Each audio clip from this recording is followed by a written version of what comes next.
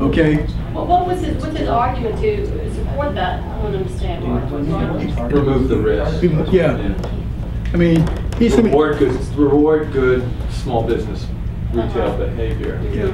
But the issue of sustainability really throws that into question. Because with that would come education, right? More advocacy, and working with the vendors, rather than just giving them subsidy. Yeah, and it may be some other ways to use some other ways to help those small businesses, okay? Right.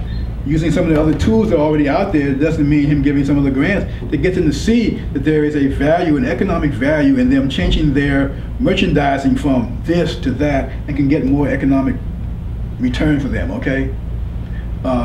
So you gotta do some of that too, because otherwise, this is just, I mean, you don't force a behavior change. I mean, he's not gonna stop selling liquor. Right. Okay, he might not sell it there, but he's not going to stop him from selling liquor. Okay, I mean, I'm serious. You're not going to do that. Yeah, don't want to get both, and people will buy liquor somewhere else.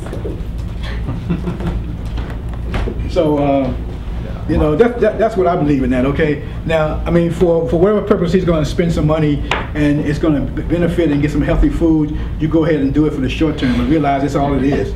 Mm-hmm. Which begs the issue of, would you want to interrupt your business plan by cutting off your deal with the liquor companies, distributors, close that account, and then have to reopen it when the funding comes into question? That's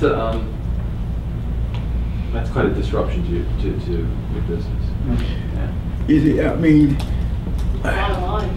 yeah. I mean, that was Ed talking off the top of his head in a way, you know, and serious about it. And I think he's really serious about the whole issue around trying to think about some way to provide access to better food and nutrition, and we ought to pursue that, but we should not listen to his noise. We should need to tell him how he should do that effectively. Right. Well, and it's not in a vacuum. The Louisiana Public Health Institute is actively right now involved in a corner grocery produce program to subsidize fruit and vegetables in stores.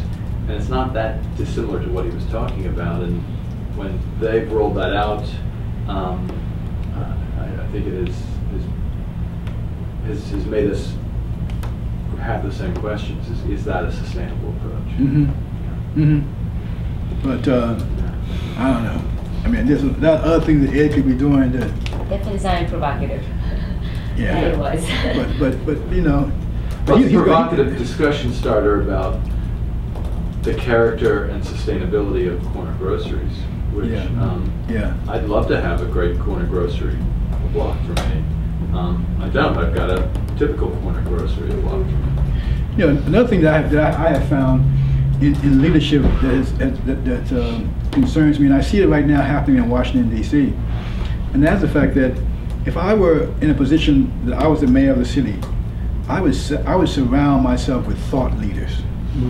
With people who were going to challenge the standard quo, who understood the rules, but understood how to move the agenda in a different way. You know, not people who are going to just be yes persons to what I want to do, who want to use me or use what I represent. And what's happening in the District of Columbia now? We've got a new young mayor who's been elected, and he has surrounded himself with the people who are in a way his peers, but who are hero worshipers. That he is now the person, so whatever he says goes. And he's not listening to some good thinking, intelligence from people who know and have had experience.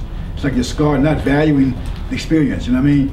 And so he's gonna trip over to some of the same problems that he could have avoided by having the right discussion, you know what I mean?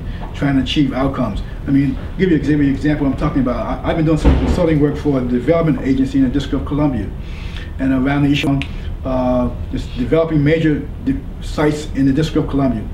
And the developer of one of the sites wanted to give them the land, okay? And I said, that's a bad public policy if you do that, because the fact that that developer has the capacity to pay for that site and to pay the fair market value for that site. If he can't do that, then you shouldn't do the deal anyway, because it's not economically feasible.